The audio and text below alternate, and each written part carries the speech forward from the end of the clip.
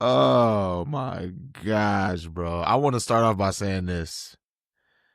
Efe, I think the Mount Carmel Caravan fans and team needs an apology from you for betting against them, man. Well, in retrospect, though, you did say they could potentially blow them out. That's true. I did say that. But you know what? I won't be making that mistake again. I won't be making that mistake again, bro. And I remember last year it was you the one that was doing it. I'm like, bro, you tripping. In the state championship? Yeah, you had against Batavia beating them. Yeah. But that was a way closer game. And I still believe, yeah, it was close. Bro, what? Lincoln Way East only scored 7 points, bro. Oh, wait, no, I thought you were talking about Batavia and Mount Carmel in the championship game. Yeah, that game was way closer than the Lincoln Way East Mount Carmel game right now. Last weekend. Closer. They still got out to a lead towards the end. Yeah, look up the score. What was the final score? It didn't end close. It was like 53 to like 35 or something, if I'm not mistaken. Bro, I don't remember it that way. I don't know about that. Let me pull that up, bro. It wasn't, bro. We about to get all the way off of no. We going back to last year. Batavia versus, let me see, bro. Mount Carmel. Oh, 55 to 35. That's what I was saying. It wasn't. I guess. Here's my thing. Batavia still put up 35 points. Yeah, that's true. I guess. But all right. And if they don't make I really think that kick, that, what was it, a kickoff recovery? Or what? Or the kick return by I think was a Javi Payne. Yeah. Yeah, I actually saw him too. I didn't even realize it was someone I was speaking to him at first. But I think if that, I'm not even gonna say that, because I don't think that's what really killed him. I think it was really that didn't they like muff a kickoff or something? Yeah, I believe they did. And they turned it over back to Mount Carmel after they scored. I think that's what really messed them up at the beginning. But that's neither here nor there. That was last year. That's like on to this year's playoffs. Yeah. My goodness, man. Bro. That game, we've witnessed 2 massacres this season. The first one we witnessed was Brother Rice versus Maris. Battle Pulaski was more like the massacre on Pulaski. And then this one, I'm going to call it the massacre on Dante. Because what I saw on Saturday was, I would say, for one, although I did have Mount Carmel winning, I didn't expect that.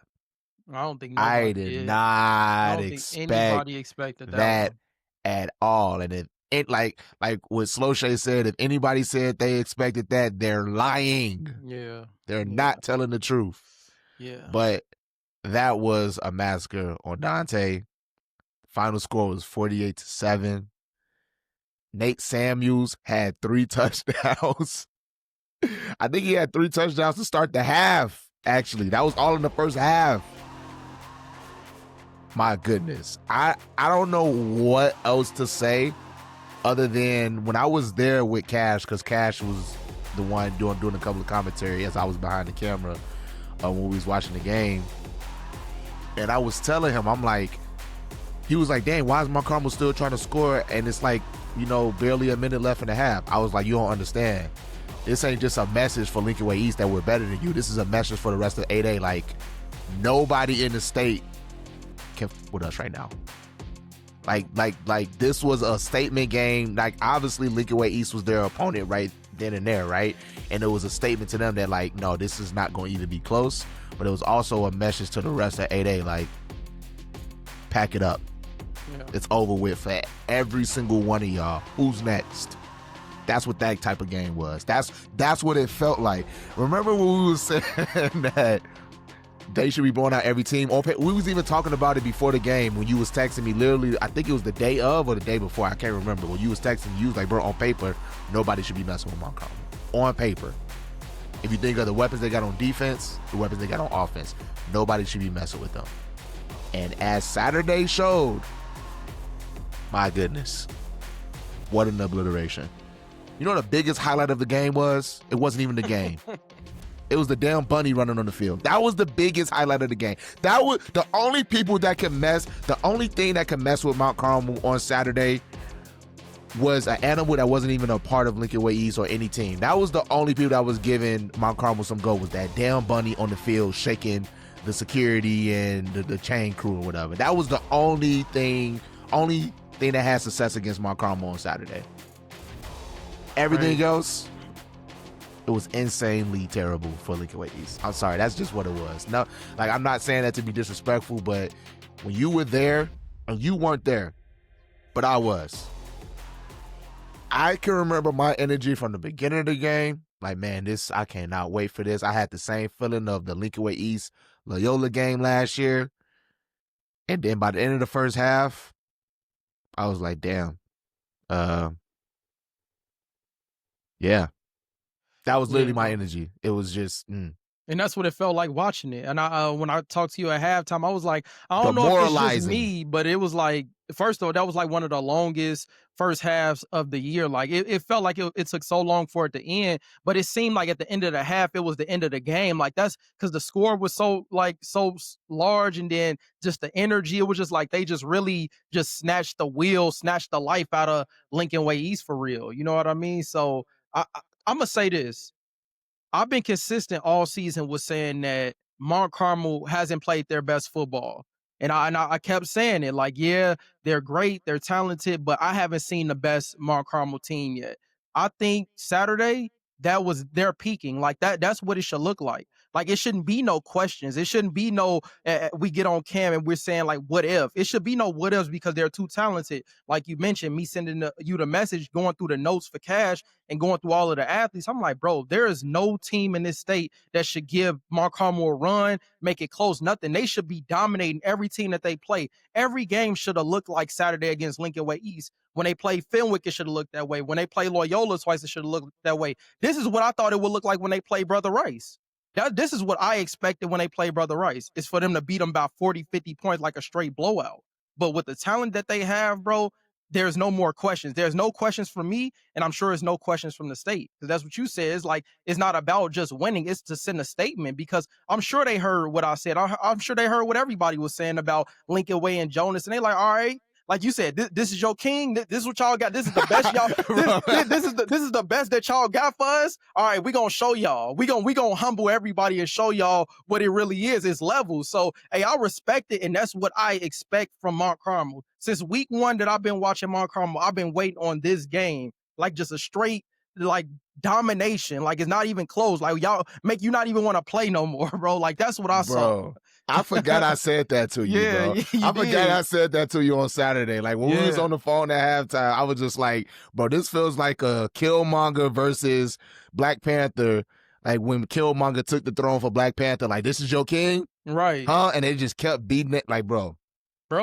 They just kept, it was just one of those situations. They just kept kicking them while they was down. They didn't let them back. Like, I will say, when they got to 14-0, Lincoln Way East did score had a nice little drive, and they scored a touchdown. But after that, the offense wasn't alive after that. Yeah, but it's too much pressure. It's a credit to Mount Carmel. Like every phase of the game, both sides of the ball completely dominated. Like that's what it should look like. I mean, when you got 6, 7, 8 guys on both sides of the ball that are elite guys, that's what it should look like. Like that's what I've been waiting on. Kind of how our mentality with East St. Louis, where it's like we're not betting against them. Like we know they're gonna come out in Illinois and they hanging 60 every time. They hanging 50 every time. It's not even no question. Like they're obliterating teams. That's what this Mount Carmel team has the ability to do, and they showed it Saturday night. So with me seeing that, they pack it up. Pack it up. If that Mount Carmel shows up against Frem and shows up against whoever they're gonna see in the state championship, pack it all the way up. Because that's them hitting their peak, bro. So like I have no more questions. I've seen everything that I needed to see, to be completely honest, bro. No disrespect to Frem, because they got a great, program. They got some great players. Johnny O'Brien, a lot of those guys over there. Johnny O'Brien got a rocket. Bro, I understand, but it's extremely difficult to compete with a team that has that many elite guys, because it's mismatches everywhere. Like you said, like Nathan Samuels, he was the one that went off, right? But it easily could have been Quinn. It easily could have been Marshawn Thornton. It easily could have been Jamari Brown. Emmett Dowling could have took it all. You know what I mean? But you know what's funny? That you're saying all of those people, they all got some love. Yeah, I know. That's what I'm saying. Quinn Burrell got a touchdown. Marshawn Thornton got a touchdown. Even Emmett Dowling was scrambling with the ball. Like it was like they was picking and choosing whose turn is it now. It was almost like they was on the sideline, like, all right, is you next? You got right? Is you want this? Nate, only Nate wanted. I bet we gonna keep getting like, bro. That's what it felt like. But that's what it should be. That's what it should. And you know, earlier in the season when I was saying like those receivers, that offense is like pick your poison, because defenses are meant to handle you having 3, 4, 5 guys that could that's explosive with big play capabilities. Like you're gonna have a mismatch somewhere. Like pick your poison, but whichever would you choose, you feel me, it's gonna be the same result. So they just have too much talent, bro. When you have that much talent, you can't game plan for that much talent. I don't care who you are. I don't care what scheme you have. When you have a defensive front like Joey Quinn, Braden Jones, Tuck, like you can't game plan for 3 elite defensive linemen that are getting knocked back and being disruptive and pressuring Jonas and forcing them into bad passes. You just can't game plan for that, bro. You just gotta. It just is what it is, you know. So I love it, bro. Like I love that they took it personal that I said that they were gonna lose, and they took it personal that anybody else doubted. Like they don't ever doubt us again. You know what I mean? So hey, I feel you. I feel it. Like I respect that. That's what I wanted to see. That's the MC I've been waiting on, man. So good luck. God bless to 8A. For Pete Loden. 4 Pete, man, maybe 5, because we even got to see some of the younger guys. Shout out Ryder Starts. I got to see him take a couple of snaps. He had a nice run. He's looking like he's probably gonna be, you know, next up at Mount Carmel. So it's just like seeing those younger guys get in. It's like, bro, y'all talking about 4. Y'all still got to deal with us next year, because a lot of those guys coming back. Rome, Tavares Harrington, Quentin Burrell, like a lot of those. Tuck is gonna be back. Like I think Nate Samuels is gonna be back too, right? Nate Samuels is a junior, yeah. So it's like, bro, Mount Carmel ain't going nowhere. Y'all better put what everybody. I think Mike O'Brien tweeted it. They gonna be in 9A class by halftime. He said just in. Mount Carmel's gonna be moving up to 9A in the second half. That was hilarious. That was funny. That's comedy gold right there. Shout out Michael O'Brien. But yeah, that's what it's gonna be like, bro. You said it. I mean, is there a potential for a Class 9A? You know, I'm gonna talk about it at some point, but hey, I would love for it to happen. I'm gonna just say open division. That's all I'm gonna say. If you see what happened in the CIF, that would be your idea for a Class 9A, open division. Absolutely. Well, we have the best teams competing, invite only. I ain't gonna talk. I'm gonna make a video about it, but yeah, open division will be. You know how live that would be to take 8 to 12 of the top teams in the state and put them all in the bracket and play. Because if you look at the CIF open division, you see madness is happening right now. St. John Bosco just, you know, got upset by, I think they were a 2-win team that they had beat by like 30 points 2 weeks ago, and they just upset them and knocked them off. And so it's just like the best playing the best. You know what I mean? So I think there's room for open division in Illinois where you have, imagine a bracket with East St. Louis, Lincoln Way East, Brother Rice, Mount Carmel, like just the top teams, regardless of boundaries, no boundaries. It's just the elite guys want to be the best of the best. That'll be it right there for me. I think that's way easier said than done, because that's so much. I don't think so. I think so. You got to have all you need is because it's so. What would even qualify a team going to an open division? Because I would think that would have to be by choice of the team, right? Well, it's invite. Your ideology of it. Yeah, you know, I don't think it's a force. Like you're not gonna force them into it, but it is an invite. And I think for the teams who want to compete and want to be elite, they will have no problem doing it. Like I don't see Mount Carmel ducking. Like if they say Mount Carmel, y'all are rated this high, we want to invite y'all to the open division with East St. Louis, Lincoln Way East, Brother Right, whoever else you want to include. I don't see them saying, no, we good. It's the best wanting to play the best. That's the whole point of it. You know what I mean? So, and there's no, because you got the conversation about, hey, they're recruiting, or hey, they're doing this and doing that. It's some schools out there, some programs that just don't care. Like we here to play ball. For instance, like the East St. Louis. East St. Louis is not about to say, oh, we don't want to play Mount Carmel because they're private and they recruit. No, we feel like we the best, so we're gonna show up against anybody.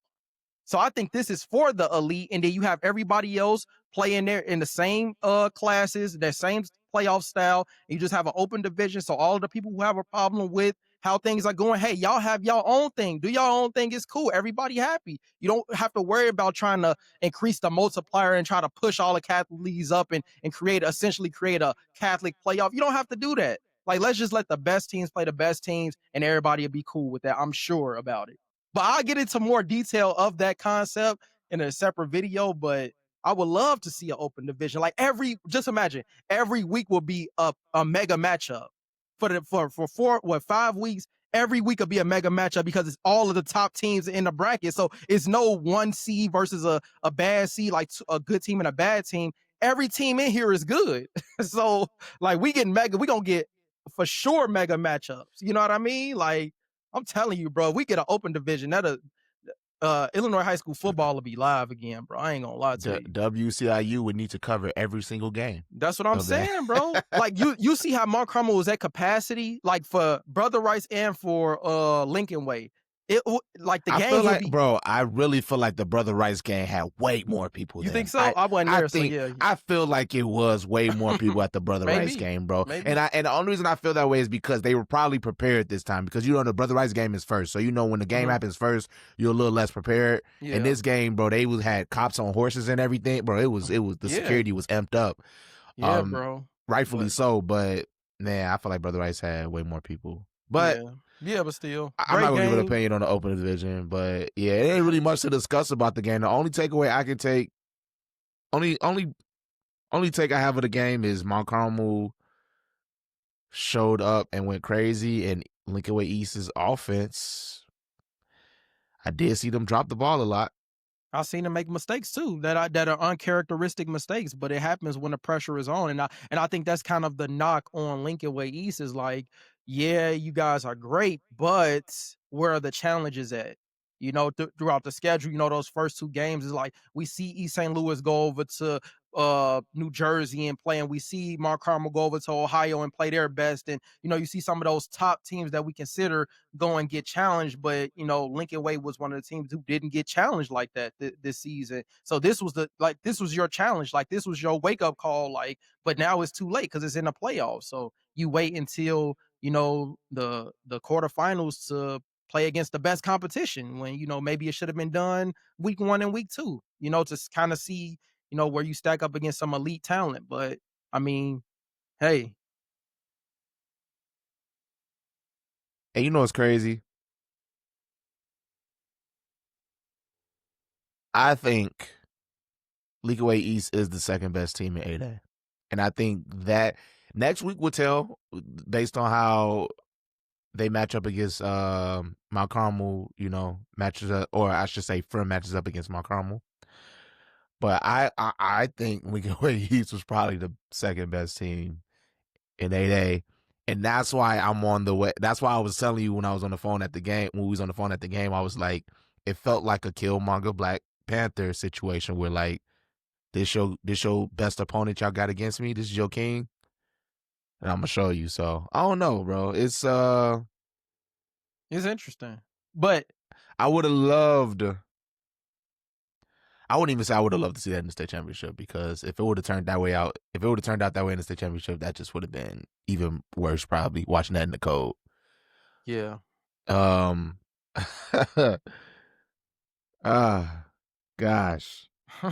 Like, bro, I don't know what else to say. Like, yeah, because it's nothing else to say. Yeah, it ain't really. And when you do that, and that's what I was getting at with Mount Carmel, when you just put your when you just completely dominate, it's nothing else to talk about. Like it's nothing to say, it's nothing to consider, it's nothing to assess. Like when you come out there and you just roll somebody who we thought would be a good game, like everybody was saying that this is gonna be the biggest game of the year, best game of the year. It did not turn out to be that way. Like so they just very completely disappointing. Yeah, they just completely shut everybody up. Like, man, y'all tripping talking about best game. Like, we about to roll them like this. So hey, shout out Mount Carmel. Y'all did what y'all supposed to do. And shout out Lincoln Way East as well. Jonas Williams, his career ends. He has a historic career. He had the all-time passing yards, all-time touchdowns thrown for so the a career. All-time, he has the all-time passing yards for sure? Yeah, for sure. He has the all-time passing yards and the all-time touchdowns in Illinois. Damn, so, and that's drastically overshadowed with the game. Yeah, with how the game turned out to be. Yeah, it definitely was. But yeah, shout out to him. Great career. One of the best quarterbacks that the state of Illinois has seen. USC commit. He's gonna go off and do great things. And shout out Rob Zvonar, like great legendary head coach. And yeah, I'm curious to see where Lincoln Way East goes from here, to be completely honest. I mean, complete rebuild of a team, it almost seems like to me that it will be, you know. But Lincoln Way East has made the playoffs their whole entirety of their Yeah. football program, right?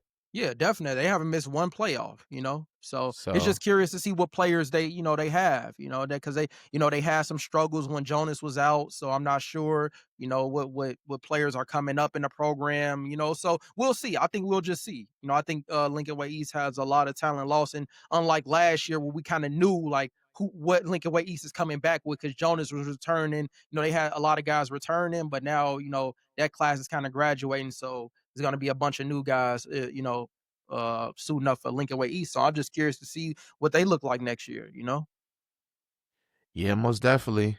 Um, Yeah, once bro. again, that was just an Crazy. obliteration. We actually left at halftime, by the way. It wasn't nothing else to see. It wasn't nothing else to see, and I was like, yeah, we can leave. We left actually at halftime to go to try and catch a better game, or at least a game that we thought was going to be a little better competitive, at least. Yeah. I mean, that was the St. Charles North versus Brother Rice game, and we walked into another blowout. Me and Cash was just looking like, man, we tried. We really, really tried, but the only good game that I can think of off the top of my head this weekend is From versus Bolingbrook. Yeah. I think From only beat Bolingbrook by 1 point. Let me pull that up real quick. Oh, yeah, they did. Yeah, was it 34-33. 34-33, and I think it was a 2-point conversion that Frem stopped Bolingbrook on converting. So that was a good game, but I mean, at the end of the day, does it really matter that they won that game? I'm not gonna say that. That's kind of a little disrespectful. But at the end of I the day, they mean, are running to them boys on Dante. bruh, I'm saying this, and like it's no disrespect when we saying this stuff. It's never disrespect, right? But I'm saying that the way that I saw Mark Carmel play is the way I've been waiting for them to play. And if they continue this, like if they only get better from here, which they can still even get better from this point, I truly believe that. So if they're getting any better than what they just did Saturday, I can't I can't imagine a team being able to compete with that level of performance, because there's no team in the state of Illinois that has that type of depth. Like there isn't. They have their secondary, their third string can come in and still hold their own. Like it's too much. When you have that much talent, it's hard to compete with that. But I think if I not even I think I know that if Mount Carmel shows up the way they showed up against Lincoln Way East for the remainder of this playoff, it's a wrap. Like it's it. That's it. Pack it up. The same that we say about East St. Louis. We said 6-8, pack it up. We've been saying that since the beginning of the year, beginning of the season. It's just some teams are just that elite. Mark Carmel has a phenomenal coaching staff, a phenomenal culture. And once again, somebody has to come on Dante and play this team. And it's gonna be it's just difficult. It's difficult to go in there and beat Mark Carmel in that environment with them playing like that. Very true. But anything could happen. It could be any team's night. So I ain't counting nobody out. But hey, man, Mark Carmel coming like this, shit, And pack it injuries up. are a part of the game. I will say that. Not Yeah, wishing they are. injuries on anybody, but I'm just saying that could change the trajectory of a team's season. Yeah. Injuries can. But even on the other side of the bracket in 8A, Lockport beat Barrington, blew Barrington Man, out. I didn't expect that man. either. Bro, 35-0. I didn't expect that at all. Like that was shocking. Like, let alone winning a game, but 35-0? Like, Lockport is on On the one. road. They own one. Crazy. They on a mission too, and I wouldn't be surprised if they take this momentum all the way to the state championship. They play who's their next opponent? Oswego next Oswego, week. which upset too. Which Oswego, and they upset Maine South 24-21. So, I mean, that side of the bracket is pretty interesting. That was fire. Like that was when That I is saw that, fire. I'm like, whoa, like Lockport. Which one do you think is the more impressive upset, Lockport or Oswego? Lockport, because Barrington was a good team. Barrington, Yeah. I mean, don't get me wrong. Maine South is a really good team too, and Oswego is a really good team. But I would expect the Oswego Maine South game to be close. That's a game where I'm like, that game could go anywhere because they both had really good seasons, right? Yeah. Lockport and Barrington, on the other hand, though, I mean, we did mention they both were on the same amount of win streaks, but I think Barrington had 1 loss, and then Lockport had 3 losses this season, if I'm not mistaken. Yeah. And not saying that I think I had Lockport winning that game, right? You did, But yeah. I didn't have them blowing them out. Like, Yeah. that's a 35-0. Like, if you're looking at that game, it's like 35-30, and you're like, all right, yeah, I expected Lockport to win, and I wouldn't say that's an upset. But the fact that they blew them out 35-0, like Barrington didn't score a point, Bro. that to me is like a demoralizing upset. Like, Yeah. I did not expect Lockport to blow them out, even though I did expect them to win. And shout out Lockport, they did rip up one of our photos, and it's crazy because it's like my face is on there, and it's like a subtitle of Barrington, but I picked them to win. Yeah. No, it's all good though. But that was funny. But no, I didn't expect Lockport, but Lockport is on a mission. I didn't expect them to blow them out, man. And Barrington's played some tough opponents this season. Yeah, they have. I think their only loss is to who was in Maine South. Maine South. Oh, Maine wow. South. Yep. Wow. Look at that. Maine South. Look at that. So, hey, I mean, then Oswego beat Maine South, and now they playing Lockport. So that should be a good one. That should be a really good one. And it's at Oswego, so that should be, man, I would never expected that one. I wouldn't have predicted that one at all. No, Lockport and definitely not. Oswego in the semifinals. Yeah. Let's talk about some other matchups next week. I want to go down to 7A because this is my favorite class. I've been saying it all season. This is going to be my favorite class of matchups, and it's actually turning out the way I wanted it to turn out. Yeah. I shouldn't even say the way I wanted it to turn out, but the way I kind of expected it to turn out. So teams that we were really high on all season was, even at the beginning of the season, we was high on St. Rita. We were high on Batavia. We were high on, I don't know if we really spoke too much about DGN. No, we weren't high on DGN. We weren't high on DGN. No, we weren't high on them at all. But we were definitely high on Brother Rice. Yeah. Right. And I mean, well, we got Batavia playing St. Rita in the semifinal in the top half of the bracket, and then we have DGN playing Brother Rice. Brother Rice and DGN we playing at 4:00 on Saturday. That will also be on WCIU. And then Batavia will be playing St. Rita at 2 p.m. So I've said it already before. I really, no disrespect, and I know that we want more public schools to have a shot at winning a state championship, right? But I want to see a St. Rita versus Brother Rice state championship. I don't think Brother Rice has ever won a state championship for football, and I think St. Rita's last state championship was from 06 or 07. 06-07 football season, they beat Lake Zurich. That sounds more. Yeah. That sounds more right. Yeah, definitely. Yeah. But I mean, St. Rita's looking for a state championship. They've been on the state championship drought for almost 20 years now. For football, at least, I'm talking about. And I mean, I just want to see that matchup because it'd be a rematch. And I've been talking a lot of shit about St. Rita all year. So yeah, I think it's only right for them to have another shot at Brother Rice again, and with them being healthy this time, and they're going on a long playoff run. I mean, I did call it. I think they could go on a long playoff run at the beginning of the season before any games were played. Yeah. And look at them. They're back in the semifinal like last year. Brother Rice, on the other hand, this is Brother Rice's 7th semifinal appearance, I believe I was told. They're 3-3 in their other 6 appearances, and this is their first home semifinal game since 03, I believe it was. So like 22 years. So they'll be playing DGN. I mean, I personally have Brother Rice winning 7A. So I'm already got them beating DGN. They blew out St. Charles North. I mean, I didn't realize St. Charles North was that. I didn't realize that game would turn out that way. I thought it'd be a better game either. I thought Brother Rice would win, but I mean, St. Charles North, I didn't realize it was that sloppy of play coming from them, I would say. But DGN, they're playing a DGN team that's been rolling ever since Owen Lance has been back. So what are your thoughts on both of these semifinal matchups in 7A?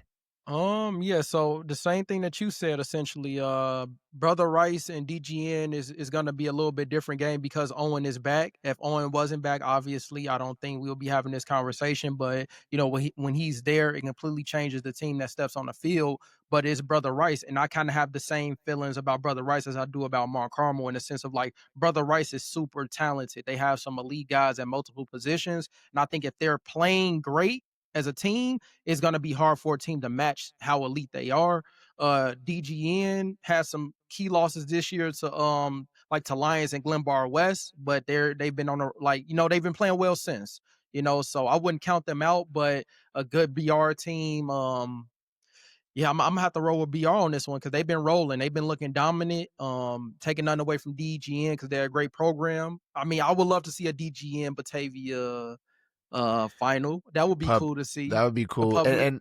And this is the thing, right? That this is the reason why I like 7A better. Like whatever you shuffle it up, like the final four teams, any of those teams playing each other, I think would be a good matchup. Yeah, and I think would make for an interesting state championship. Whether it's DGN playing Batavia, whether it's Batavia playing Brother Rice, whether it's Brother Rice playing St. Rita, whether it's St. Rita playing DGN.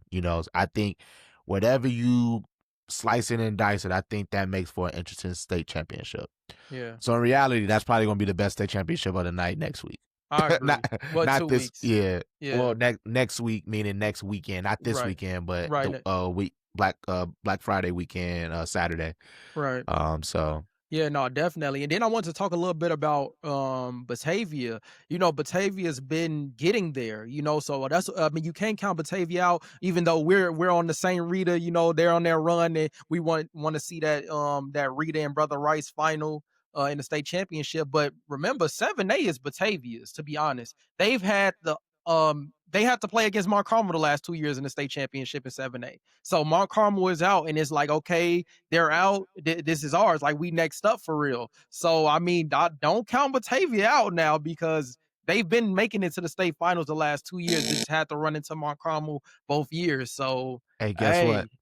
What? Say Rita ran into Mark Carmel last year as well in the playoffs, in the semifinals. Yeah, so we'll see. We'll see what that's gonna be a good one. But yeah, we on that Rita rolling. So, they making that run that we said that they will make. So I mean that should be an interesting one as well. But I'm gonna go Rita, man. They play against Hersey. That was another great game. Hersey and Rita was crazy. It was a shootout, bro. Like that was electric. And that St. Rita come out playing like that, man, it's gonna be a crazy one. So yeah, I'm interested to see that game. So 7A is definitely looking like it's gonna be the most entertaining class for sure. Yeah, And you called it. Yeah, I did call it. I mean, some things is just. I will say this: you don't got to be a magician to see how stuff is gonna play out in certain classes, right? Like, it's not hard to predict that Mount Carmel's gonna dominate 8A. Yeah. It's not hard to predict. Once you watch a few games, it's not hard to predict who was gonna dominate in 7A, right? And like I said, I want to see St. Rita play against Brother Rice. I don't think St. Rita likes me as much because I was talking a lot of stuff earlier in the season. I saw a comment. I mean, obviously, it's all fun and games. I don't think they actually dislike me. But I saw a comment. They was like, nah, don't come on this side now. We like Efe. We don't like you. It was funny because I was talking all that stuff. Like that. We have like the supporters split and the people out there in the community split. Like, some people dislike me because of my takes. Kayla Tucker mom was looking for you at the Mount Carmel game. I had a good conversation with her. Yeah, she was looking for you. Looking for me. She said, I ain't looking for you. She said, I'm looking for your partner. Where he at? Man, I think somebody even sent us the DM. I think somebody even sent us the DM from Mount Carmel saying that, like, man, next time you pick against us, you better show up to the game. Yeah. I definitely I love that, man. That just fun. that mean people watching, you know what I'm saying? And I know that they know, like, it's all love, it's all fun, you know what I mean? It's not fun. like so that's why it makes it entertaining, man. It makes it so much entertaining. Yeah, no, I love that, man. Like, I love it. That's what's up. We love some good banter back and forth. But I'm gonna go down to 6A real quick. Why should I? Yeah, no, I do. No. Here's the thing. We did overlook something last week. We did overlook something. Fenwick. So I remember we didn't overlook Fenwick. No, we didn't. I don't think we mentioned Fenwick last week. Like, when we were talking about 6A, I think we talked about Naz making it to the state championship. Because they were playing Burlington Central. Wait, no. But here's the thing. I didn't discuss them playing in the next round. Like, that's all I'm saying. Like, we didn't say like, Oh, oh, okay. Fenwick is gonna meet Naz next. Like, we just didn't mention it. Okay. And that's what I Okay. meant by overlook. Not like we think they trash or Yeah. nothing, but we just didn't mention it. And Yeah. I think somebody put in the comments like something about Fenwick, and I'm like, yeah, I definitely agree with that. Like watching Fenwick, bro, like That's first, another team that turned it around too. I mean, well, I guess they got bounced in the second round last year, yeah, because they but beat Brother Rice in the in the first round, first right? round, yeah. Yeah, So but no, like man, Tommy and Jake Thieves, the brothers from Fenwick, man, they playing lights out, bro. Like seeing them on film, they are two of the most dominant players in the state of Illinois, and I think they're two of the most underrated, to be completely honest. Like it's not a lot of people talking about them, but when you watch Fenwick's film and see how much they stand out and how much they contribute to that team, as well as some of the other players, but bro, Fenwick is dominant. Like Fenwick, and they've been playing very well. Like I think they had the last loss to Montini.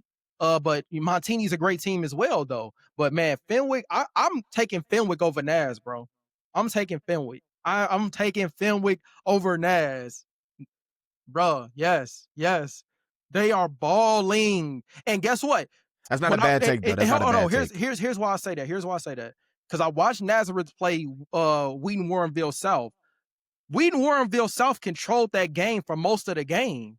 And I think Fenwick is much better than Wheaton Warrenville South. And I think they're gonna make it tough. Like defensively, they fly around, they heavy hitters, you know what I mean? Offensively, like they're a really good solid ball team, bro. I'm taking Fenwick over Naz, bro. And you ain't even asked me. I'm just telling you, Fenwick over Naz, man. It's not a bad take, man.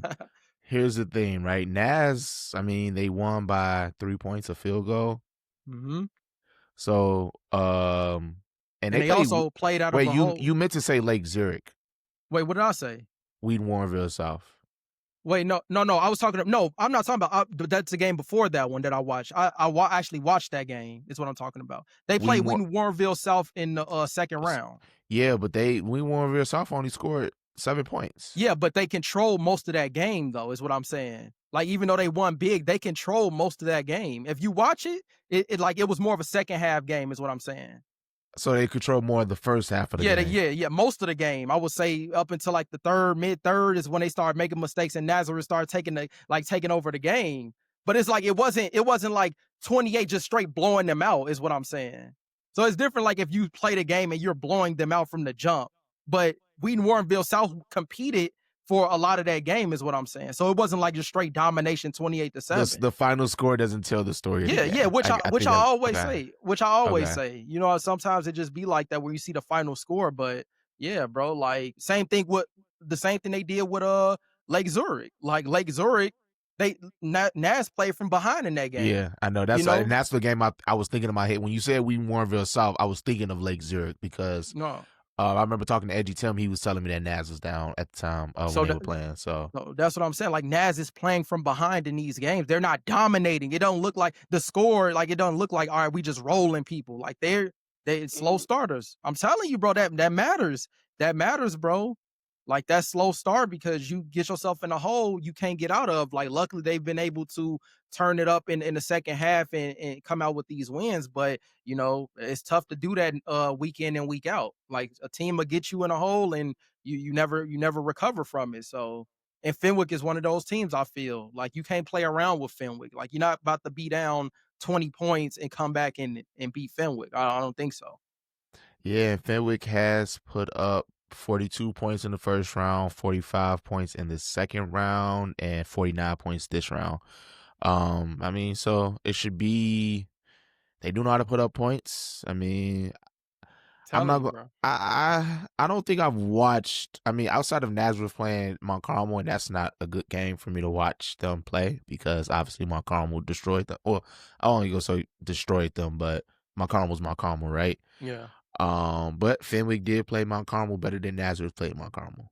So if that's a telltale sign, I mean, your take on Fenwick winning that game against Nazareth is not a bad take in my opinion.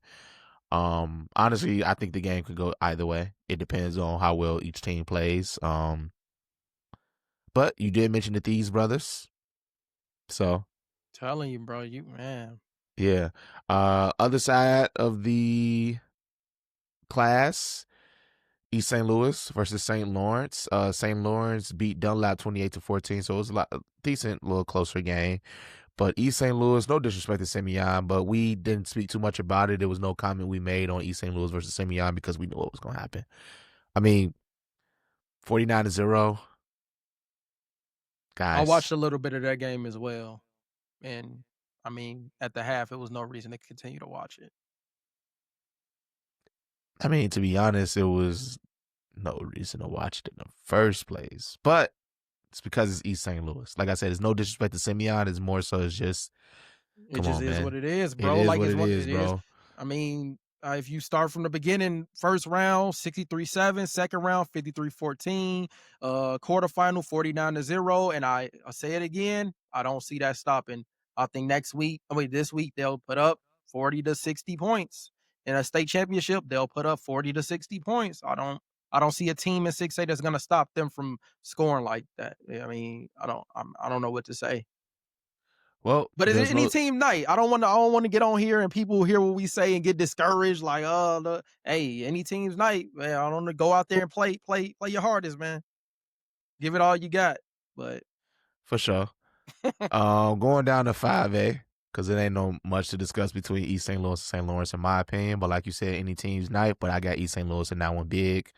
No disrespect to St. Lawrence, but East St. Louis is just different. Like, they're essentially an 8A team playing in 6A, and they're essentially an 8A skilled team playing in 6A when they should be in 4A. Ain't that man, crazy? that's crazy. And that's why you They're can't a even use them. they're an 8A talented team, like Yep. skill wise, playing in 6A when they should actually be in 4A Yeah. They're or like 5A, whatever. They're not supposed just to be in 6A. push them off to the side. They're an outlier. We can't use them to assess anything or base anything around them because there's no other team in the state of Illinois quite like that team for real. Yeah. All right, so now I'm going down to 5A. Now, this is interesting, right? 5A gets a little interesting as well because, for one, I'm going to start at the bottom for this one specifically because Oak Forest is in the semifinal. We got another South Suburban Conference team in the semifinal. Shout out for Oak Forest. Oak Forest, let's give them a round of applause. They only have one loss this season. But they do have a tough matchup in Providence Catholic. Providence Catholic is a tough school to play against in the semifinal. But I think Oak Forest has a chance in this game. But they definitely have a chance. Really think, and I think they can win this game so much that I'm going to pick them to win this game. Who you got between Providence I'm and not Oak going to bet Forest? against my SEC boys, brother. I'm not SSC, going to do baby. it. SSC, let's ride, let's get there. Even Let's though get Providence, now I want to mention both teams turned their season around. Last year, neither one of them were in the playoffs last year. Nope. They both missed the playoffs, and then you come back to make a semifinal appearance. So, hey, shout out to both programs for turning it around. You know, I love to see that. Boy, what can a year do to a program? Man, well, yeah. So shout out to both teams. Hopefully, it's a great game. I honestly don't want to see any more blowouts. You know, like I really don't. No, I don't. I want to see close games from here on out because the blowouts is kind of it just ruins the excitement, ruins the game. Like we're too deep in the playoffs. Like I'm not saying nobody should be getting blown out because anything can happen, but I would just prefer to see some close overtime thriller games. You know what I mean? So hopefully that's definitely one of those games. Yeah, most definitely. I mean, we'll see. Providence Catholic is a tough team, but man, I think Oak Forest. Like I know Oak Forest got blown out by Hillcrest, but I think that was just one of those like bad games. You know, every team has those Any bad team's games. night. Yeah, any team's night. night. But I would love to see a South Suburban Conference team make it to the state championship and possibly win. Yeah. And here's the thing with 5A. I mean, think about it like this, right? Your favorite to win is St. Francis, right? But in my opinion, I feel like Morgan Park probably should have won that game. Coulda, shoulda, woulda. Obviously, right? Hindsight is 2020. But Morgan Park is a team that could have beat St. Francis in the first round, and then they come back and play. St. Francis plays Prairie Ridge the following week, and Prairie Ridge could have just as well beaten St. Francis as well. So it's like obviously St. Francis can be beaten. They're playing Belvedere North. Belvedere North beat Cary Grove 17-10. That was odd. And I want to talk about that game. If I could get a couple minutes, I definitely want to talk about that. Just even to show Belvedere North some love, because that's a team that I don't think I've ever even said that name before. I had no idea who they were. I never knew nothing about Belvedere North. Like nobody would. I don't think anybody predicted that. Like Cary Grove falling to Belvedere North. And like, if you say you did, you're a liar. Unless you go to Belvedere North. If you go to Belvedere North, no, not even, because I was seeing that the players were saying that people in their community said they was gonna lose. They said people in the schools were saying like, "Hey man, nice run, y'all playing Cary Grove though." Damn, but I get it. What's the loyalty? No, I don't get it. No, stop that right there. No, I don't. Hold on, wait. No. You supposed to be riding with your team regardless, bro. What? Look, man, it's almost like if you got East St. Louis on the schedule, what they gonna be like? Yeah, y'all gonna win, bro. I don't give a damn. No, for real though. No, but shout out Belvedere North, bro, for proving all the doubters wrong. Whoever doubted them, that's a big time win. I believe this is the first semifinal that they've appeared in, and this is the biggest win in their school history. So shout out to them for winning when it matters the most. And I just want to talk about that game a little bit. So two flex bone teams, and I watched the game like 2 or 3 times. That's all I want to just talk about a little bit. So two flex bone teams playing against each other, right? So Cary Grove comes out, it's Cary Grove, triple option, hard to defend, and they go to field's length and looking to score. And I think the game just shifted from this point on when Belvedere North recovered a fumble for a touchdown. It was a long touchdown. I don't have the exact yardage in front of me, but at least 60 yards or something like that. And then from that point, Belvedere North scored on a play action pass, 60 yards, and they kicked a field goal. So they had Cary Grove down in the first half, 17-0.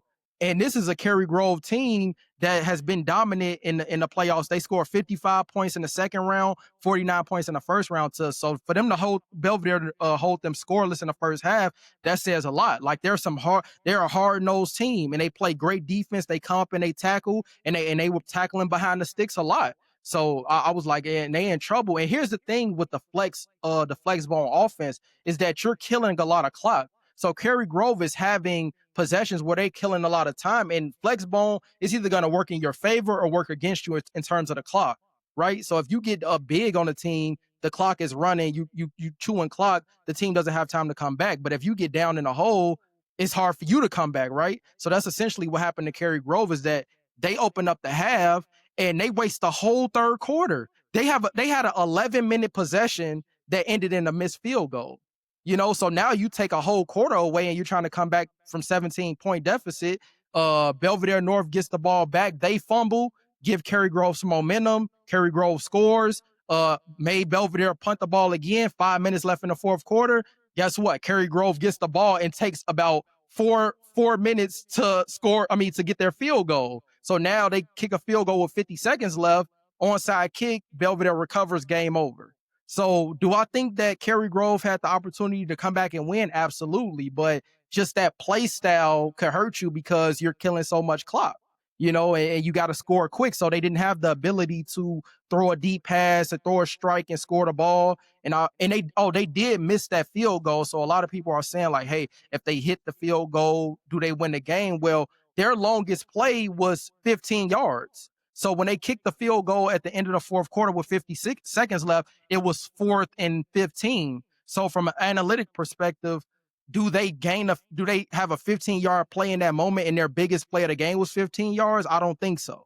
You know what I mean? So it was a great game from Belvedere North. I just want to give a breakdown on that because I watched the game and it was a great win. And I want to use this opportunity to highlight Belvedere North. I know they'll greatly appreciate it because I know it's not a lot of people talking about them, but congratulations to them. And you got St. Francis at home.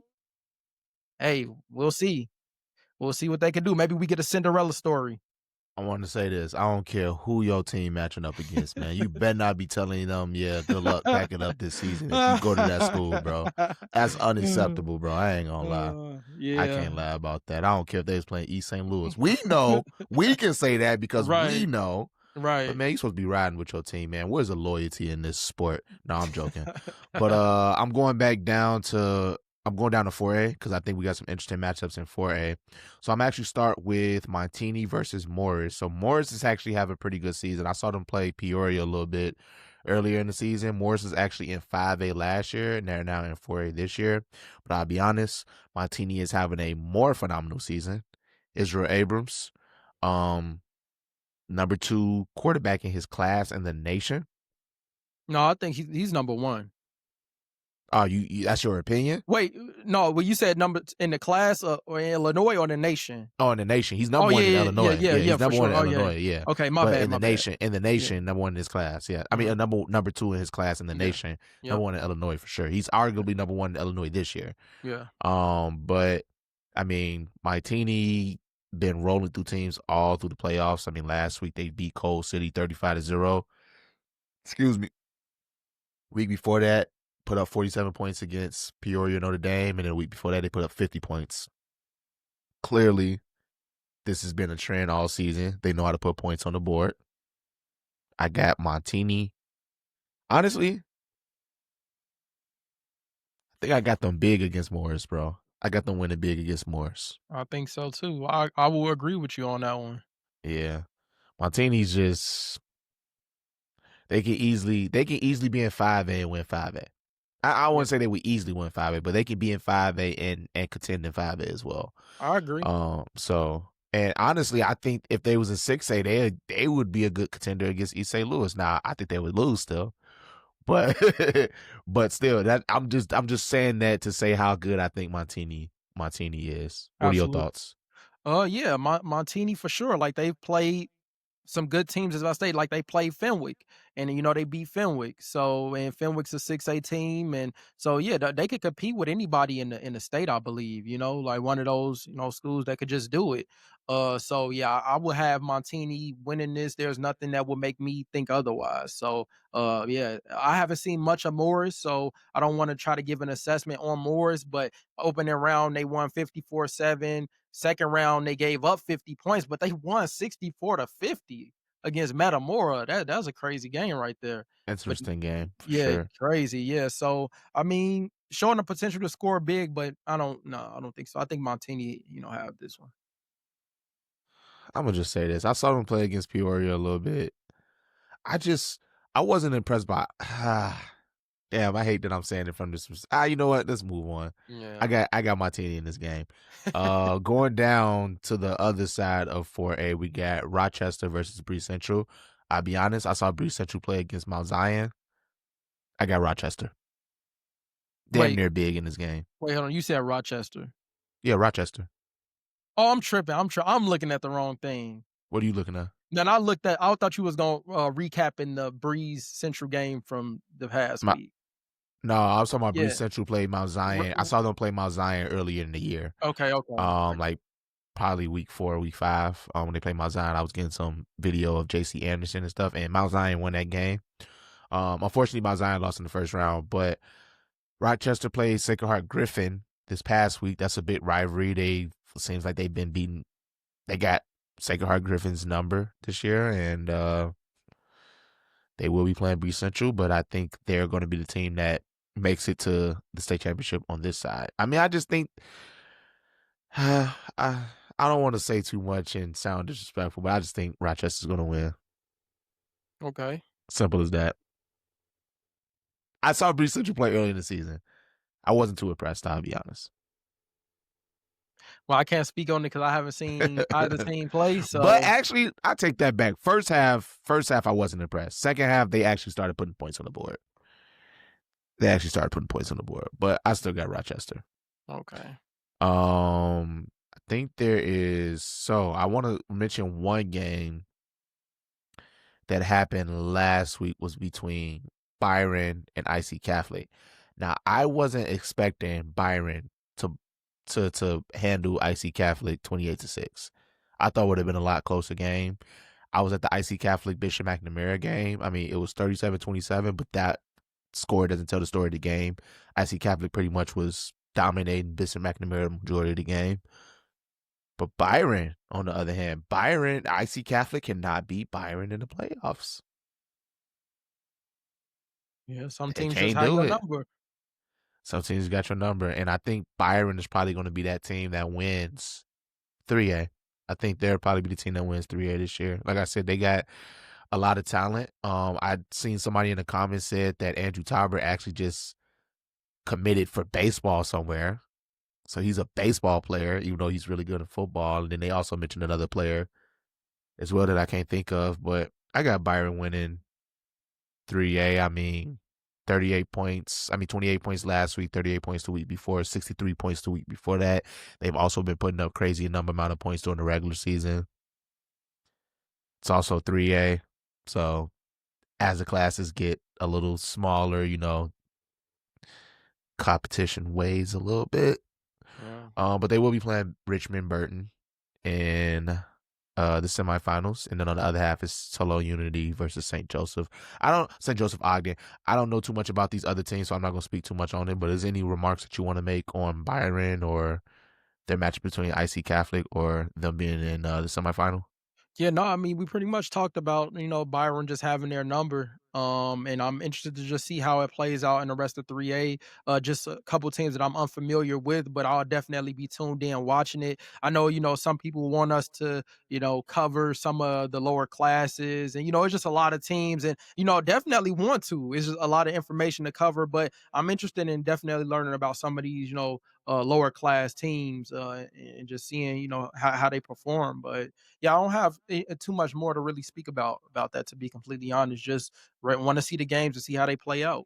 But yeah, I think Byron is the front runner, defeating IC, who I thought would probably end up winning 3A, who I feel has played like a lot of great competition in the state of Illinois. So for Byron to handle them that way, yeah, I could probably agree that they'll probably go on to win it.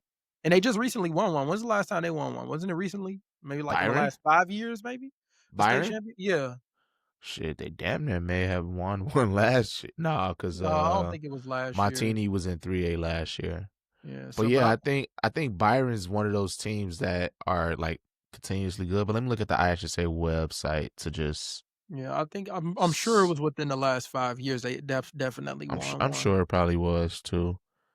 Let's see, champions. If we go to, let's see. So, Althoff Catholic was in 1A last year. What? Yeah, Oh, yeah, they that's were. nuts. That's nuts. Yeah, but a lot of the but a lot of the Catholic stuff is just be like up and down, because you could say that, but then like, where are they now? They're So not a playoff team this year, are they? I don't think so. I mean, Let me look. see to make sure. Oh yeah, Uh, you going to look at that? I'm gonna see. Yeah, Byron won in 23. okay, yeah, I figured it was. Yeah, so Byron, and then let me look when they won before that. Yeah, and then they won in 21. So it seems like they have an on and off year of winning. Hmm. So they won in 23, then they won in 21 as well. And then 19, 20, and then were in the state championship in the 2019 season. Yeah, and then Althoff, they 4-5 this year. They didn't make the playoffs, so yeah, I mean, But yeah, Byron's always there, it seems. yeah, Because Byron was in the state championship in 2018. They lost to Monticello. 2019, they were there. They lost to Williamsville. 21, they were there. They won and they beat Unity. 20, they weren't there in 22, but then they were there again in 23 and they beat Mundelein Mount Carmel. Not Mount Carmel, but Mundelein Mount Carmel. Um, and then were they there last year? No, they weren't there last year. So yeah, Byron's consistently good team. So I suspect this would be their year to win another state championship in 3A, because it was obviously going to be between them or IC Catholic, I think. yeah, We'll see definitely was though. the state championship game right there. Yeah, a lot of But yeah, state championship games happened this past weekend. No, I'm joking. I mean, Uh, hey, hey man, Final Four on three. I mean, Final Four on three. Final Four on me. man, it's coming to a close, man. Hey, this been a hey, I'm actually like proud of like this Oh, there season go the for highlight of the game behind you right there. That was the highlight of the game. Oh, the That was the rabbit. only thing that gave Mount Carmel competition that whole game was that damn rabbit. That was the only thing that was. Look at this. He's shaking them. Look at this. This is crazy. Yeah, man, that He's was crazy. like, bro. Look how crazy this rabbit is going. They could not catch. They still didn't catch him. He ran out. And then Or came she back ran out, on the field and then came again. back on the field. Yeah, he had Just their number. man, He had their number, man. That was it. They couldn't do nothing with that rabbit. I'm telling you. shoulda got bro Mount jersey. Mount Carmel couldn't. Look at what he should have got, bro. A jersey. That's what I'm Shoot. talking about. Yeah. Yeah. Yeah, for sure. Mount Carmel couldn't do nothing with that rabbit, but my bad. What was your thoughts that you were saying before I cut No, you no, off? I was just saying, yeah, it's coming to a close, bro. Like, this is like our full first full official season covering like weekly football, IHSA football, man. That it was dope. It was a dope experience, man. I can't wait to build off of this. You know, we obviously going into basketball next, so we're not slowing down no time soon. You know, and then Yeah. shout out Cash too. Shout out Cash, man. Cass Thompson is a legend in the making Yeah, already. Cash. Shout out Cash, bro. He knows a lot of people too because he went to elementary school with them in Orland Park. Mm-hmm. He was telling me when we left the Mount Carmel game and went to Brother Rice, he knew he knew Brother Rice's kicker. He knew another kid on Brother Rice. I was talking about St. Rita. He was like, "Oh yeah, I'm really good friends with the St. Rita quarterback." He's just like, "Yeah, man, a lot of these guys play for the Orland Park Pioneers or just I went to middle school with them." So it's like he Dope. knows a lot of kids. But Cash is a legend, man. I can't wait to put that video out because he's just like one of those naturally gifted kids that just knows how to talk sports. Yeah. You know what I mean? Give him some notes, tell him to be himself. He gonna do exactly that. For sure. And I just know it's so many more, young guys out there who may be into sports that, that are Yeah. talented as well. So, hey man, hey, we looking for some talent, man. We wanna find the next stars, man. Me and Trey can't do this forever. You know what I'm saying? So definitely would love to I see mean, more last guys. year we did mention, right, that it'd be cool to have like something like student led Yeah. almost.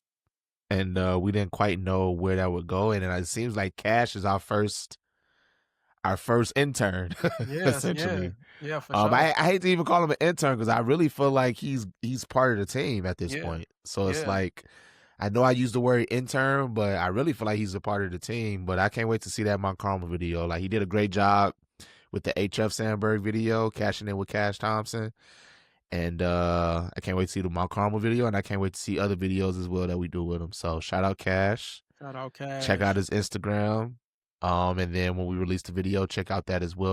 We'll be collabing, like the reels that we release, we'll be collabing with his Instagram from the Mount Carmel game and the Mount Carmel League East game and the Brother Rice St. Charles North game. But outside of that, like I said, Final Four on 3, Final Four on me.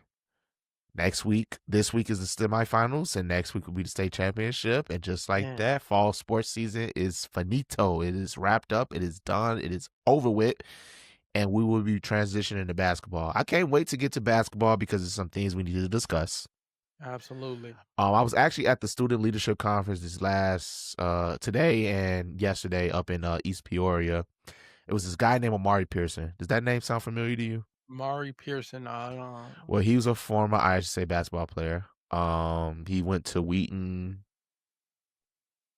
North. I can't remember, but he's very familiar with a lot of Chicago basketball stuff, even like the kids going to prep schools. And I think we really need to dive into that conversation a lot.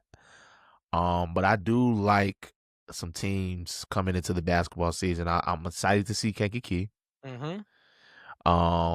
What's the kid's name? Lincoln Williams. Lincoln Williams. Mm-hmm. I'm excited to see DePaul College Prep again. They got Ryken Wu coming back along with Rashawn Porter. Mm-hmm. I'm excited to see Marist for sure. Marist actually plays Amari Pearson's son's team, who's based out in DC. I can't remember his son's team name, but they'll be playing the Chicago Classic. I think DePaul College Prep will be playing La Lemire at the Chicago Yeah. Classic. Oh, I think it's Sidewell and Friends. Was that the program you're talking about from DC? Could be. Yeah. Could be. Possibly. Yeah. I But believe that was the team. yeah. But Marist is playing. That's who Marist is playing. DePaul College Prep, I mentioned, is playing La Lumiere. I'm excited to see how Rich Township is this year. Although, Al Brooks is not there no more. Ike Brooks is not there. Is Jamison Coulter still there? That's what I actually have been trying to find that out. I haven't I don't know, bro, to be completely honest. I have no idea. Because he was a junior, right? I believe he was a junior, bro. I believe Yeah, so. I have no idea. And what was the other kid that left? The sharpshooter? Was it Jaden Daniels? Jaden Wait, what was it? Wait, what was it? What was his name? Wait, what was his name, bro? It's Jaden, J- what was his name? What was his name? Hold on, my bad. It's Jaden something. You said Bro, I Jaden swear, Daniels, bro, I bro. think it is. You laughing. I think it is. What was his name? What was his last Nah, name? I don't know if it was Daniels, Oh, I bro. don't I know, think it bro. was like probably like I swear, bro. William, nah. was it? I don't see. I don't know, bro. See, here's the thing, bro. It's like It's we too don't be many hearing. players. That's what I'm saying. It's too many players, and we don't be hearing their names enough to like. We remember their first name, no problem. Yeah. But hold on, let me look up and see if Jameson is Bro, still. I anybody who think this is easy, I ask you to please try it. Try to remember players and teams of different sports. It's not easy, man. It's a lot of research, a lot of memory. What was his name? Jaden. I Wait, swear. so it's saying that he graduated. Actually, he was a senior last year. Wait, no, bro, what? Mm-hmm. I could have sworn no, and then Max Preps is saying he's a senior this year. I have no idea. Like, I haven't heard or Bro, seen him post or nothing, so that's why I have no idea. what is he? All right, here, let's see. On three, what does On three have? On three has him as class 2026, and they still have him at Rich Township. So I'm expecting him to be there. And the thing is with is it Jamison Coulter or James? It's probably It's Jamison Coulter. Jameson. It's Jameson, yeah. But I think so. I think they probably would have won that Warren game if he wasn't. Was he hurt? Because he was on the bench. He was hurt. I think he had, like, a hand injury or a wrist or something, I remember something like that, but he definitely was hurt, Yeah, for he sure. nice. Yeah. He's very nice. But I think it's Jaden Williams, bro. Hold on, let me see. Jaden Williams. Let me look it up. Let me look up the Rich Township roster from last year. I want to say it's Jaden Williams, bro. Maybe. Said Jaden Daniels. Jaden Daniels, bro. I know it's not Jaden Daniels for sure. All these freaking ads. Basketball.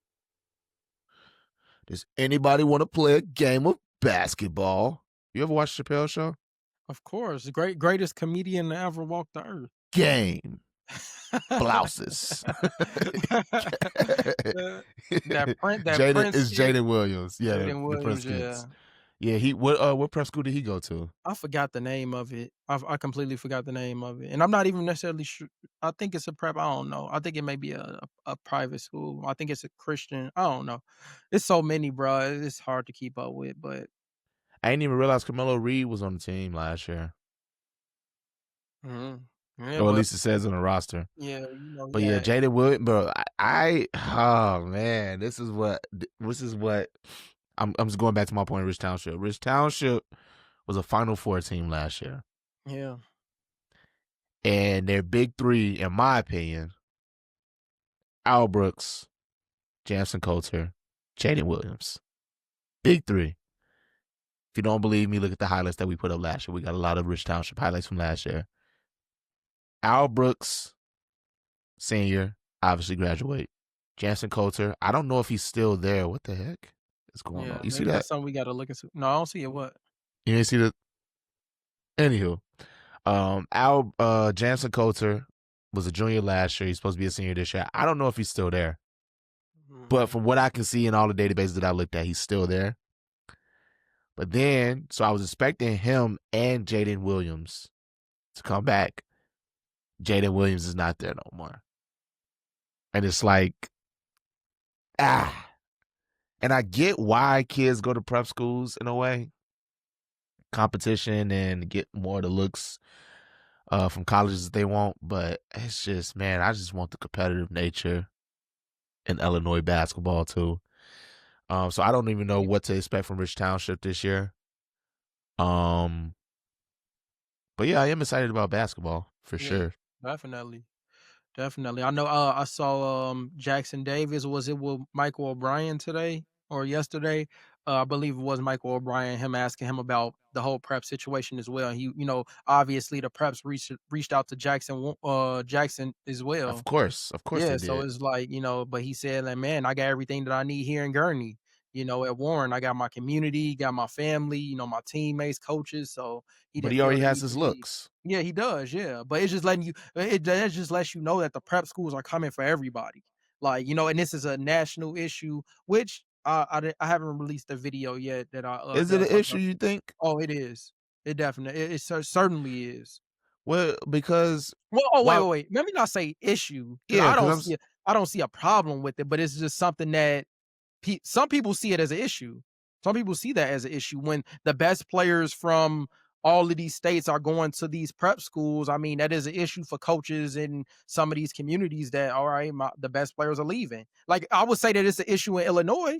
Like, I would say that, like, you look at how many of the top players left, and, not to say that there's not any good players left in the state of Illinois, but I would see that as an issue. If the best players from your state are leaving, that is an issue. so let's count it off real quick. The ones that we at least can think off the top of our head. So we got Devin Cleveland went to La Lumiere. Mhm. We got Davion Davion Thompson went to Thompson. Link. Mhm. We have Jaquil Jada. Jackson went to, Spire from Curie. Okay, so Uh, then we have where did Jaden Williams go? I can't remember. I think it's somewhere in Anywho, Arizona. He's he gone. left. Kid from Lamont Gabe left, went Solorsky, somewhere.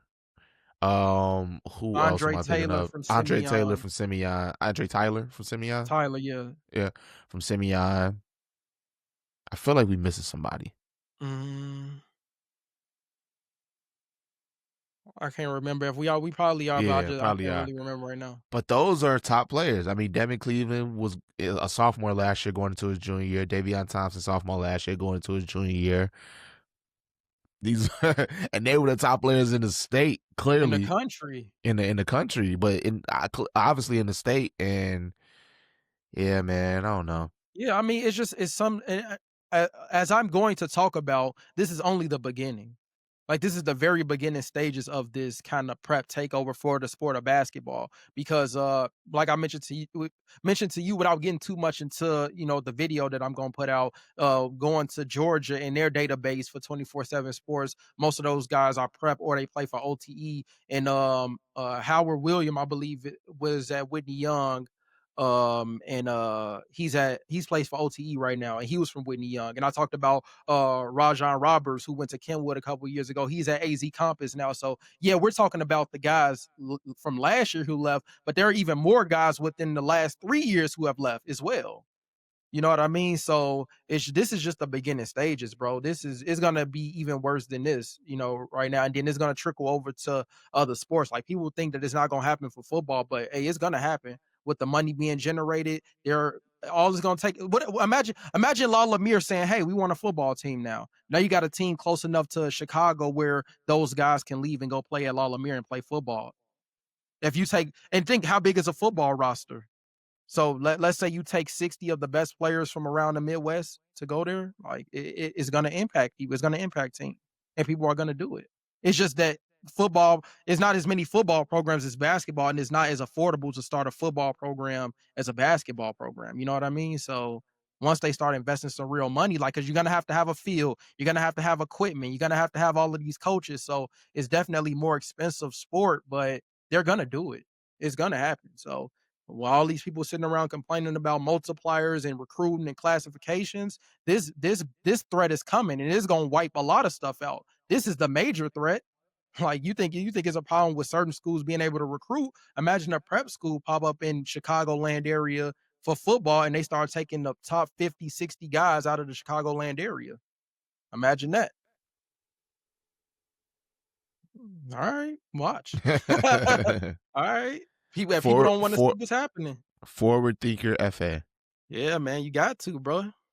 Market Yeah, market we research. have talked about this off camera though a lot too. Yeah, we So have. it's we'll see though. But when basketball comes around, it's gonna be a lot more to discuss. Like I said, I'm excited for a lot of teams. I'm really excited for Marist though, because Marist got a lot of players returning. And Definitely. honestly, I mean, if they don't lose that Rich Township game because they had a late game collapse, They should have won that game. I think if they win that game, I see them beating HF, and then I see them going to the Final Four, and I possibly see them beating Warren, to be honest. Do I see them beating Bidden Academy? Probably not. But we'll see. Is DePaul College Prep being 4A this year? They got to Yeah. be, right? Yep, Yeah, they they got to moved be up. because of the success factor. Yep. Mount Carmel should be looking somewhere. I mean, it's gonna be interesting. We'll learn a Definitely. lot more once the season. I mean, the season starts in a week, right? Yeah. Girls started today Today. or tomorrow? Yeah, They start today. So today. Yep. damn, We here. We gotta go ahead and transition and damn. switch it over, start putting together our notes for the basketball season, maybe do like a preview or something like that or some hey, but hold on, wait. Something that people is not talking about, right? Which I'm also gonna make a video on. East St. Louis basketball might be back, man. Well, I'm not gonna say back because they haven't really been out. Last year, I don't think they did too well. But I mean, in the past 5, 6 years, they've been pretty solid. I think they won a state championship in 2018, but they got two. So as of right now, they have two of the top 10 players in the state of Illinois now that transferred over. So hey, hey, what are you gonna do? The White brothers, yeah, they may make a run. East St. Louis may make a run to out of the top 10 24/7 sports ranking for basketball. Two of them go to East St. Louis, and they brothers, and hey, I think they'll be competing this year, and nobody's really talking about that. But I got a quick question for you before we what? go. Who wins the city playoffs this year for basketball? It's hard, too early to say. I think it is too early to say, especially for me, because I think I would have had a better idea if, some moves didn't happen, Yeah. but as of now, I really can't call it, bro. I think it's in the air for real. Cause I think teams are still gonna be good. Simeon still, I think it's open, bro. I don't think it's clear right now, to be completely honest. Like Kenwood, Simeon, Lincoln Park, Whitney Young, Curie. Curie might be the front Curie, runner. I think I Curie was might thinking be the Curie. front runner. Now that I I was start thinking going through Curie it in may my be a mind, good Curie I may must be a good say, one. way too early Chicago City championship prediction, Curie. I give him that. It's way too early. It's Curie. Yep. So yeah, I'll leave that there, and then we'll revisit it once the season kind of roll around and they start playing. But yeah, Curie may be the front runner for the city. But Whitney Young, we just have Marquise Clark on. He may have something else to say about that, but we'll see. I think it's definitely made it interesting. Like it's definitely interesting now. So Oh, buddy. yeah, Chicago Classic, holiday tournaments. It's about to get interesting real fast, too. And I'm going yeah, to have 2 weeks off during those holiday tournaments, so I'm going to be able to catch some stuff freely and chill. Can't wait, man. I yeah, cannot flipping wait. But still got 2 more weeks of football left. for So, sure. but outside of that, you got any last closing remarks? Hey man, season coming to an end. I just want to see some great football, man. That's all I want to see. It's been a great playoff, to be honest. Like not too disappointed. Some good games, some blowouts. It hasn't been. I'll be honest, man. As far as how great these matchups were this week, because I was saying it last week, right? The matchups this week in the quarterfinals was the best matchups all playoffs, like as Yeah, far as how many matchups there were. yeah. And I was quite disappointed. I don't know. I was. Nah, I was I disappointed. think the big games, yeah, like the That's what I I'm think talking it's just about. the big game, That's the what I'm one talking about. game. Yeah, yeah, That's what I'm yeah. talking about. Okay, yeah, that's true. That's true. So, so I'm talking about. I didn't Yeah. expect From and Bolingbrook to be the best game all night. Hey man, be like that. Facts. Playoff Very football, bro. factual. But But who is knows, what it man? is. Like I said, Final Four on 3, Final Four on me. That's why I'm gonna name this episode Final Four on 3, Final Four on me. So But I'll see if I get out to any games next week. I'll probably just pull up just to pull up. I probably won't yeah, capture anything. Who yeah, knows man. though? East St. Louis coming as close to the city as they gonna come this year, I believe. So Burbank, Illinois, St. Lawrence, so closer. Anybody that want to see East St. Louis play, this your chance to see him play in person. I catch him at state. I Yeah, catch him at state. No worries. No yeah. disrespect to St. Lawrence, but yeah, it is what it is. You know what I mean? You know what I mean? It's East St. Louis. Come on, people gotta understand. You gotta understand, man. If anybody really knew I was doing that, I was doing a Dave Chappelle bit, but these kids are too young to know about the legendary Dave Chappelle. But outside of that, man, this is the off-season podcast, episode 44. Dang, we We ain't hit out. 50 yet, man. Bro, we would, if we was doing this consistently every week like we've been doing this football season, we would have hit 50. We would have Yeah. been at like 100 Yeah, already. we would have. If we was doing this last year instead of doing it in person, we definitely would have. Oh, I forgot one thing. Shout out Miles McLaughlin, man. Oh yeah, yeah, man. Yeah. Yeah. Yep. All Yeah. time in Indiana, all time touchdowns and all No, time nation now. yeah, Single nation. Yes. season touchdown record, and I think single season rushing record he Yep. just got. Yep. What was it? Single season rushing record Single season rushing. in the nation. Yeah. And I now think he's still it's both, right? It was rushing and yeah, touchdowns in the yeah, nation. in the nation, yeah. Yeah. And now the last thing he's trying to pursue is the all-time career rushing record, which is would be breaking Derrick Henry's record. You think he'll get it? I want him to get it. You know what I mean? We got the pleasure to interview him at Interview the him. Indiana Preps Media Isn't Day, that and crazy how things work? yeah, bro. That's how it be sometimes. You never know, what type of performances or who these young athletes are gonna become in the future. So that's why I love doing what we do. Like you never know, some of these guys that we cover now, they'll be playing on Sundays one day, and we will be able to talk about how they were playing at Mount Carmel or playing at Brother Rice or Lincoln Way or whatever, and just remembering some of their earlier years. So that's why I love what we do. You know what I mean? We really gonna start seeing it in the next 5-6 years because we know we new into it for real. Only been 2 years for real. So the guys that we cover aren't even done with college yet and haven't even got there for real. So definitely interested to see everybody's development, man. Definitely for sure, man. But yeah, shout out Miles McLaughlin and keep balling He ball and break it, win a state from championship and break the record, man. And that I mm, would think I was telling you that it was set up so perfectly for him. Like in order to break it, you have to get to the state championship game. Like he can't fall short. So that's a beautiful, storyline that you break it at a state championship and win it. It's gonna be hard to rewrite that story. most definitely. But outside of that, it's the off season podcast episode 44. We out.